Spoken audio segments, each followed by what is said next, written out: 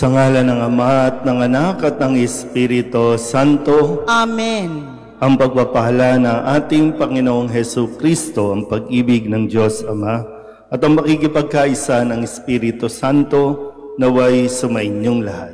At sumaiyo rin. Mga kapatid, aminin natin ang ating mga kasalanan upang tayo'y maging marapat gumanap sa banal na pagdiriwang. Inaamin ko sa makapangyarihang Diyos at sa inyo mga kapatid, na lubha akong nagkasala sa isip, sa salita at sa gawa, at sa aking pagkukulang. Kaya isinasamo ko sa mahal na Birheng Maria, sa lahat ng mga anghel at mga banal, at sa inyo mga kapatid, na ako'y panalangin sa Panginoong ating Diyos. Kaawaan tayo ng makapangyarihang Diyos, patawarin tayo sa ating mga kasalanan, at patnubayan tayo sa buhay na walang hanggan. Amen. Panginoon, kaawaan mo kami. Panginoon, kaawaan mo kami. Kristo, kaawaan mo kami. Kristo, kaawaan mo kami. Panginoon, kaawaan mo kami. Panginoon, kaawaan mo kami. Manalangin tayo. Ama naming makapangyarihan, kaming iyong mga kinupkop, ay niloob mong maging mga anak sa liwanag mong kaloob. Huwag mong ipahintulot na sa katiwalian kami ay masangkot. Panatilihin mo kaming nagliliwanag sa iyong katapatang lubos na sumisikat sa pamamagitan ni Jesucristo kasama ng Espiritu Santo magpasawalang hanggan. Amen.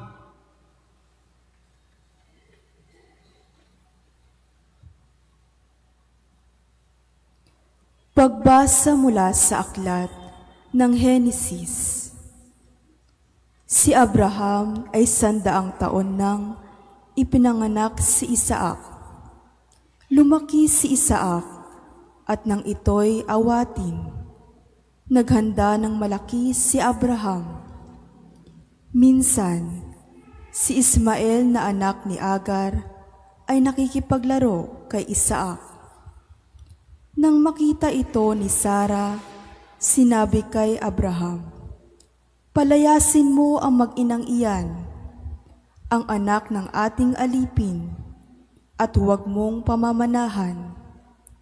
Si Isaac ang dapat magmana ng lahat." Labis itong ikinalungkot ni Abraham, sapagkat anak din niya si Ismael. Ngunit sinabi ng Diyos kay Abraham, "Huwag kang mabahala tungkol sa mag-ina. Sundin mo na ang gusto ni Sarah, sapagkat kay Isaac magmumula ang lahing sinabi ko sa inyo. Magkakaanak din ng marami ang anak mong iyan kay Agar, at sila'y magiging isang bansa. Yamang anak mo rin si Ismael." Kinaumagahan, ang mag-inay ipinaghanda ni Abraham ng bagong pagkain at inumin bago sila pinaalis. Isinama ni Agar ang kanyang anak at nagpagala-gala siya sa ilang ng Beer Seba. Nang maubos ang dalang tubig, iniwan niya ang kanyang anak sa ilalim ng punong kahoy at naupo ng may 100 metro mula sa kinaroroonan ng bata. Wika niya sa sarili, "Di ko matitiis na makitang mamatay ang aking anak." Samantalang nakaupo siyang nag-iisip, umiiyak naman si Ismael. Ito'y narinig ng Diyos at nagsalita mula sa langit ang anghel ng Diyos, "Agar, anong bumabagabag sa iyo? Huwag kang matakot. Narinig ng Diyos ang iyak ng iyong anak. Lapitan mo siya at patahanin. Gagawin kong isang dakilang bansa ang kanyang lipi." Pinagliwanag ng Diyos ang kanyang paningin at nakita niya ang isang balon. Pinuno niya ng tubig ang dalang sisidlan at pinainom ang bata. Hindi pinabayaan ng Diyos si Ismael. Siya'y lumaki sa ilang ng paran at naging mahusay na mga ngaso. Ang salita ng Diyos. Salamat sa Diyos. Dukhang sa Diyos tumatawag ay kanyang inililigtas. Dukhang sa Diyos tumatawag ay kanyang inililigtas. Tumatawag sa Diyos ang walang pag-asa. Sila'y inililigtas sa hirap at dusa. Anghel yaong bantay sa may takot sa Diyos. Sa mga panganib, sila'y kinukupkup. Dukhang sa Diyos tumatawag ay kanyang inililigtas. Matakot sa puon, kayo, kanyang bayan, nang makamtan ninyo ang lahat ng bagay. Kahit mga leon ay nagugutom din. Sila'y nagkukulang sa hustong pagkain. Ngunit ang sinumang ang puon, susundin. Sa anumang bagay, hindi kukulangin. Dukhang sa Diyos tumatawag ay kanyang inililigtas. Lapit ako'y dinggin mga kaibigan, at kayo ngayoy aking tuturuan, na ang Diyos ay dapat nating katakutan. Ang buhay masaya at mahabang buhay, di ba ninyo gustong inyong maranasan? Dukhang sa Diyos tumatawag ay kanyang inililigtas. Tatayo na po ang lahat.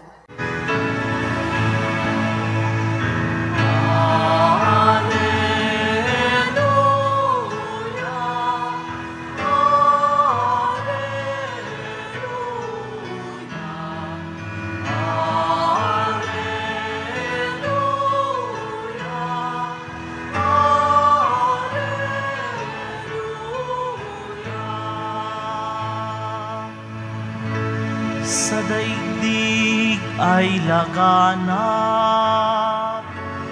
liwanag na sumisikat, salitang buhay ng lahat.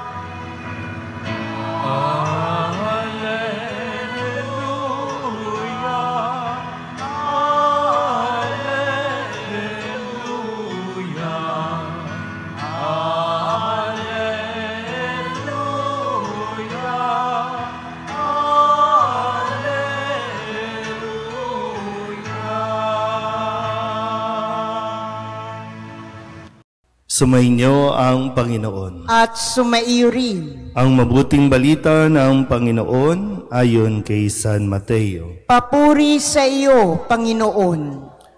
Noong panahong iyon, nang dumating si Jesus sa ibayo, sa lupain ng mga Gadenero, sinalubong siya ng 2 lalaking galing sa libingan. Sila'y inaalihan ng mga demonyo, at napakababangis, kaya't walang mga has dumaan doon. Pagdakay sumigaw sila, "Ano ang pakialam mo sa amin, anak ng Diyos? Naparito ka ba upang pahirapan kami ng hindi pa panahon?" Sa di kalayuan ay may malaking kawan ng baboy na nanginginain. At namanhik sa kanya ang mga demonyo. "Kung kami palalayasin mo, bayaan mo kaming pumasok sa mga baboy na iyon." Sabi ni Jesus, "Humayo kayo." Kaya't lumabas sila sa 2 lalaki at pumasok sa mga baboy. Ang buong kawan ay biglang sumibad ng takbo tungo sa bangin. Nahulog sa lawa at nalunod.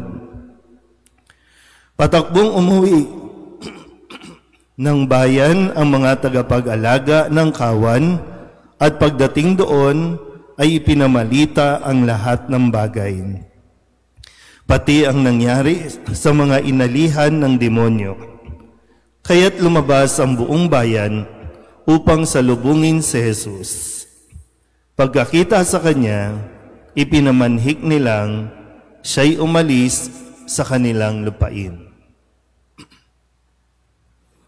Ang mabuting balita ng Panginoon. Pinupuri ka namin, Panginoong Hesukristo.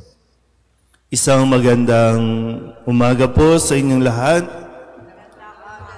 Ngayon po ay ikalabing Miyerkules, unang Miyerkules para sa buwan ng Hulyo, ng ikalabing-tatlong linggo sa karaniwang panahon. At sa atin pong narinig na kwento, sa unang pagbasa, pinairal ni Sarah ang kanyang pansariling interes, kung kaya wala siyang naging kumbaga pakialam, no, sa kung anong mangyayari sa anak ni Hagar, no, yung kanyang alipin, basta't maproteksyonan lang niya yung mana na dapat para sa kanyang anak, no, na si Isaac. Yun lang yung nasa kanyang isipan, yung para lamang sa kanyang anak. Ganun din naman sa ebanghelyo natin, narinig natin ang kung ano yung pinahalagahan ng mga tao, yung kanilang pang-personal lang na pagpapahalaga sa mga kanilang ari-arian o kayamanan. Kaya magandang makita rin natin, nasaan nga ba tayo sa dalawang grupong ito na ibinabanggit sa ating ebanghelyo. May dalawang grupo. No? Yung isa ay yung dalawang lalaki na inaalihan ng napakaraming demonyo. Tandaan niyo po, no? Sa isang tao, hindi lang isang demonyo ang pwedeng sumanib o pwedeng mag-control sa atin. Napakarami niyan. Kaya dito, no? Kasi kung kikita ninyo, maraming baboy, diba, na nalunod. Pero maganda po na mapagnilayan natin. Dalawang grupo, dalawang lalaki na inalihan ng mga demonyo at yung mga tao doon mismo sa bayan. Yung grupo ng mga demonyo ay kinilala kung sino si Jesus. Kaya nga sinalubong, anak ng Diyos, anong pakialam mo sa amin? At itong dalawang grupong ito, may pakiusap din.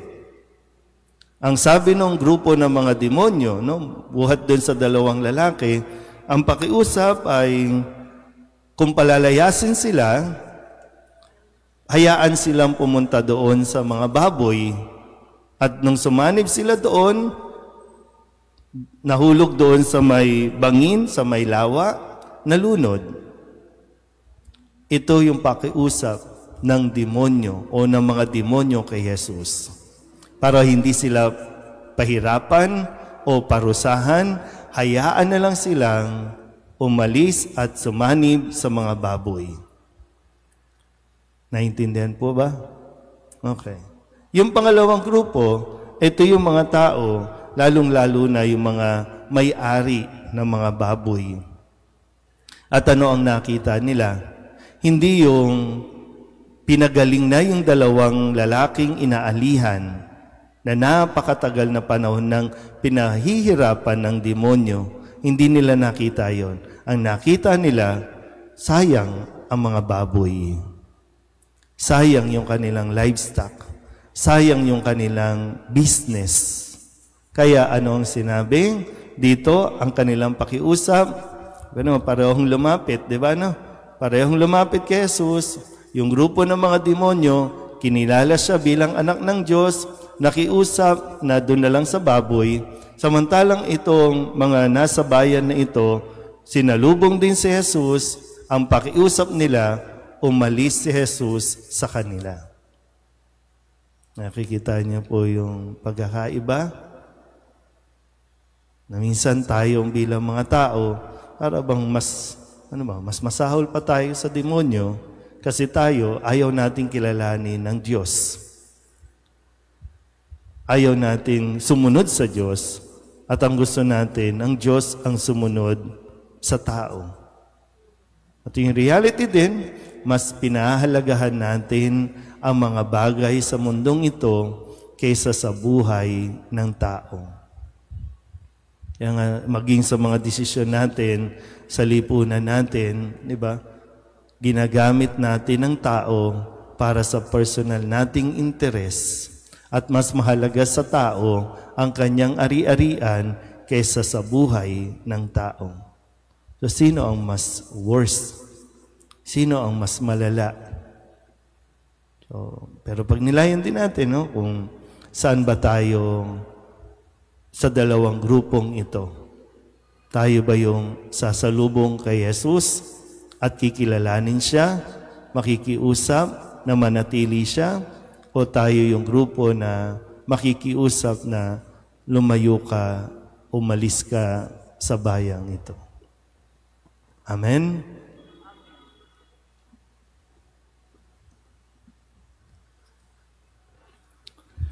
Sa pamamagitan ng Ebanghelyo, nagsasalita si Kristo ng may walang hanggang kapangyarihan at kumikilos ng may kapangyarihang nagpapagaling. Sa pamamagitan niya, manalangin tayo ng may pananalig. Ang ating pong itutugon, Panginoon, dinggin mo ang aming panalangin. Panginoon, dinggin mo ang aming panalangin. Ang simbahan, sa pamamagitan ng kanyang mga pastol, naway maging tunay na lingkod ng pagpapagaling at pagkasundo. Manalangin tayo sa Panginoon. Panginoon, dinggin mo ang aming panalangin. Ang mga opisyal ng gobyerno naway hindi madaig ng tukso ng kapangyarihan at kayamanan, bagkus makita nila ang kasamaan ng korupsyon sa pamumuno. Manalangin tayo sa Panginoon. Panginoon, dinggin mo ang aming panalangin. Ang maruming espiritu na nagkalat sa ating lipunan, naway mabuwag ng kalinisan at paggalang sa dangal ng tao. Manalangin tayo sa Panginoon. Panginoon, dinggin mo ang aming panalangin. Upang mamayani ang kapayapaan sa gitnang silangan sa Ukraine at sa buong mundo, at ipag-adya nawa ang sangkatauhan sa karahasan, kasakiman at pang-aabuso ng kapangyarihan na nagdudulot ng paghihirap at kamatayan sa marami. Manalangin tayo sa Panginoon. Panginoon, dinggin mo ang aming panalangin. Ang mga may sakit at nagdurusa, naway makita at madama ang mapagpagaling na presensya ng Diyos sa pamamagitan ng mga nag-aaruga sa kanila. Manalangin tayo sa Panginoon. Panginoon, dinggin mo ang aming panalangin. Ang mga tapat na yumao, naway masiyahan sa bukang liwayway ng buhay na walang hanggan. Manalangin tayo sa Panginoon. Panginoon, dinggin mo ang aming panalangin.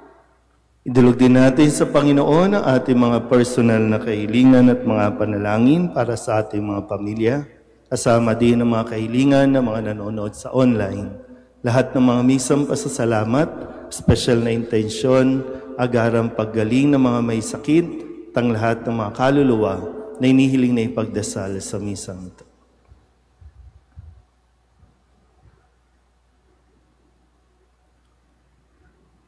Ang lahat ng ito inihiling namin sa ngalan ni Kristo, ang aming Panginoon. Amen.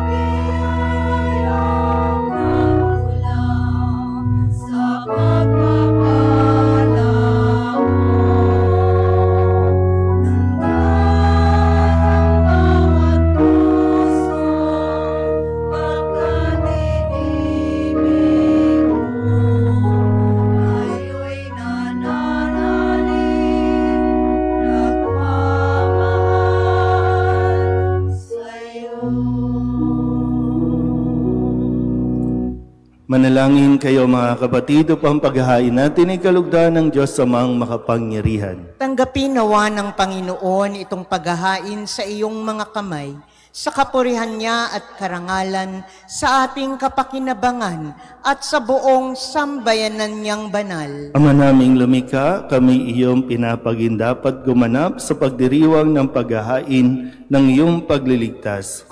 Ipagkaloob mo ang aming paglilingkod sa iyo ay gawing kalugod-lugod ng mga alay na ito sa pamamagitan ni Jesucristo kasama ng Espiritu Santo magpasawalang hanggan. Amen. Sumainyo ang Panginoon. At sumaiyo rin. Itaas sa Diyos ang inyong puso at diwa. Itinaas na namin sa Panginoon. Pasalamatan natin ang Panginoong ating Diyos. Marapat na siya'y pasalamatan. Ama naming makapangyarihan, tunay ngang marapat na ikaw ay aming pasalamatan.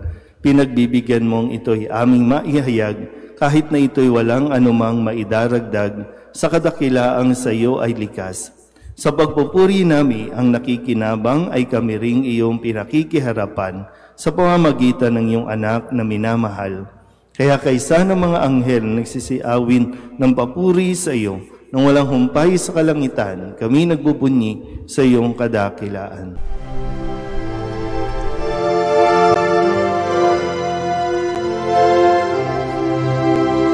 Santo, Santo, Santo, Panginoong Diyos makapangyarihan, napupuno ang langit at lupa ng kalwalhatian mo. Hosana sa kaitaasan, pinagpalang na paririto sa ngalan ng Panginoon. Hosana sa kaitaasan.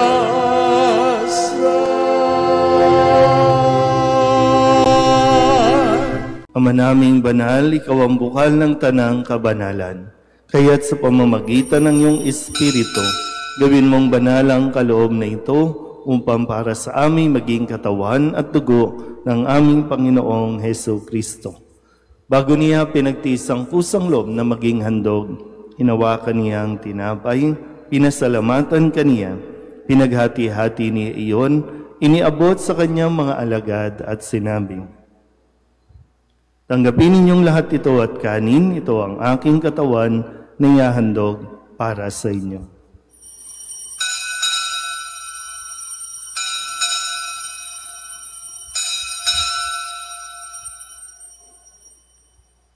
Ngayon din naman, nang matapos ang hapunan, hinawakan niya ang kalis, muli kaniyang pinasalamatan. Iniabot niya ang kalis sa kanyang mga alagad at sinabi, "Tanggapin ninyong lahat ito at inumin. Ito ang kalis ng aking dugo, ng bago at walang hanggang tipan. Ang aking dugo na ibubuhos para sa inyo at para sa lahat sa ikapagpapatawad ng mga kasalanan. Gawin ninyo ito sa pag-alaala sa akin."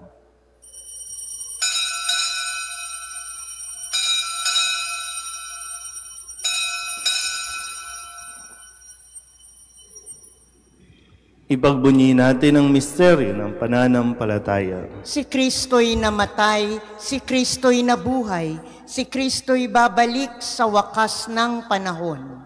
Ama, ginagawa namin ngayon ang pag-alaala sa pagkamatay at muling pagkabuhay ng iyong anak. Kaya tiniaalay namin sa iyo ang tinapay na nagbibigay buhay at ang kalis na nagkakaloob ng kaligtasan. Kami nagpapasalamat dahil kami iyong minarapat na tumayo sa harap mo para maglingkod sa iyo. Isinasamo namin kami magsasalo-salo sa katawan at dugo ni Kristo ay mabuklod sa pagkakaisa sa pamamagitan ng Espiritu Santo. Ama, lingapin mo ang iyong simbahang laganap sa buong daigdig. Puspusin mo kami sa pag-ibig, kaysa ni Leon na aming Papa at ni Jose na aming Obispo at ng Tanang Kaparian. Alalahanin mo rin ang mga kapatid naming nahimlay na may pag-asang sila'y muling mabubuhay, gayon din ang lahat ng mga pumanaw. Kawaan mo sila at patuloyin sa iyong kaliwanagan. Kawaan mo at pagindapating kaming lahat na makasalo sa iyong buhay na walang wakas. Kaysa ng mahal na Birheng Maria na Ina ng Diyos, ng kabiyak ng puso niyang si San Jose, kaysa ng mga apostol at ng lahat ng mga banal na namuhay dito sa daigdig ng kalugod-lugod sa iyo, may pagdiwang nawa namin ang pagpupuri sa ikararangal mo sa pamamagitan ng iyong anak na aming Panginoong Heso Kristo. Sa pamamagitan ni Kristo, kasama niya at sa Kanya, ang lahat ng parangal at papuri ay sa iyo, Diyos Amang makapangyarihan, kasama ng Espiritu Santo, magpasawalang hanggan.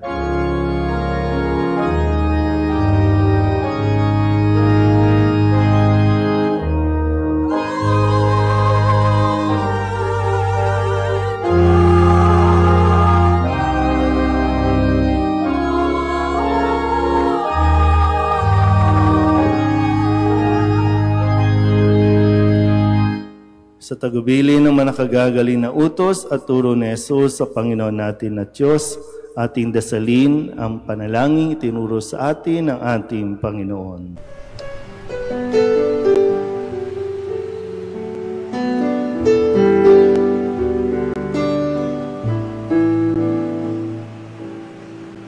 Ama namin, sumasalang ka, sambahin ang ngalan mo, mapasa amin ang kaharian mo, sundin ang loob mo, dito sa lupa para ng sa langit. Bigyan mo po kami ngayon ng aming kakanin sa araw-araw at patawarin mo kami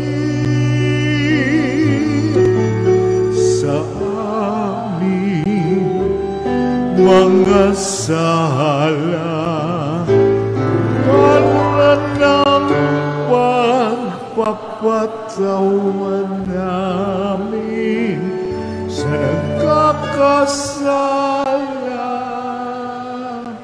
sa amin,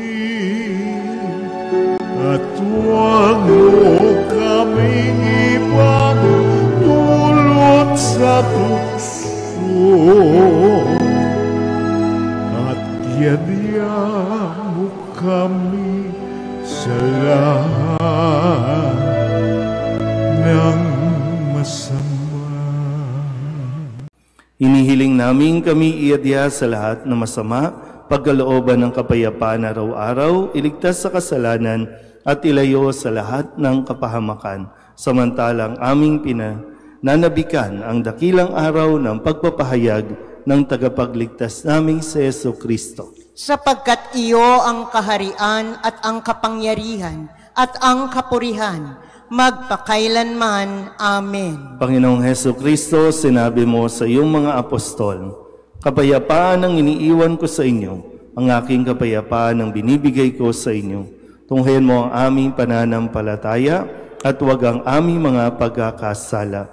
Pagkalooban mo kami ng kapayapaan at pagkakaisa ayon sa iyong kalooban, kasama ng Espiritu Santo, magpasawalang hanggan. Amen. Ang kapayapaan ng Panginoon ay laging sumainyo. At sumaiyo rin. Magbigayan po tayo ng kapayapaan sa isa't isa.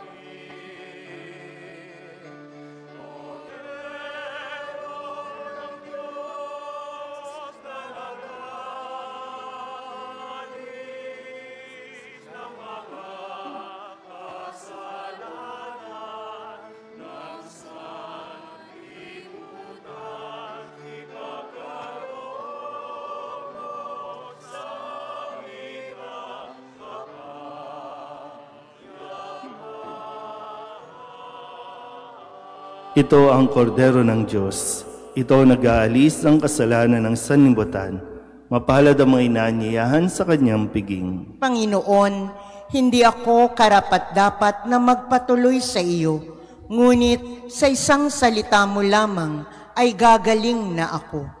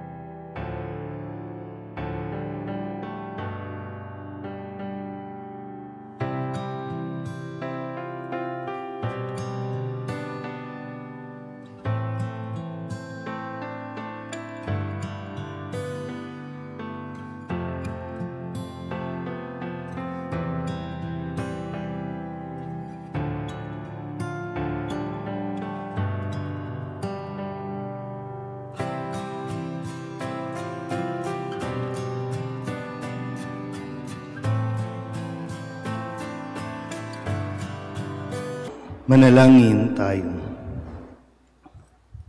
Ama naming mapagmahal, buhayin nawa kami ng aming inihain at pinagsaluhan upang kaming pinagbuklod sa pag-ibig mo kailanman ay magkaroon ng bungang lagi naming maiaalay sa pamamagitan ni Jesucristo kasama ng Espiritu Santo magpasawalang hanggan. Amen.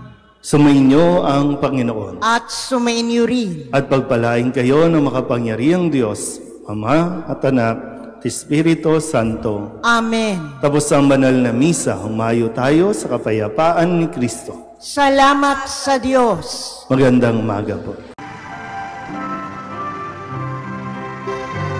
Cristo Padre Jesus Nazareno, sinasamba ka namin, pinipintungo ka namin, aral mo ang aming buhay at kaligtasan, Nuestro Padre Jesus Nazareno, iligtas mo kami sa kasalanan, ang krus mong kinamatayan ay sagisag ng aming kaligtasan. Nuestro Padre Jesus Nazareno, dinarangal ka na amin. Nuestro Padre Jesus Nazareno, nilulwalhati ka na amin. Nuestro Padre Jesus Nazareno, dinarangal ka na amin. Nuestro Padre Jesus Nazareno, nilulwalhati ka na amin.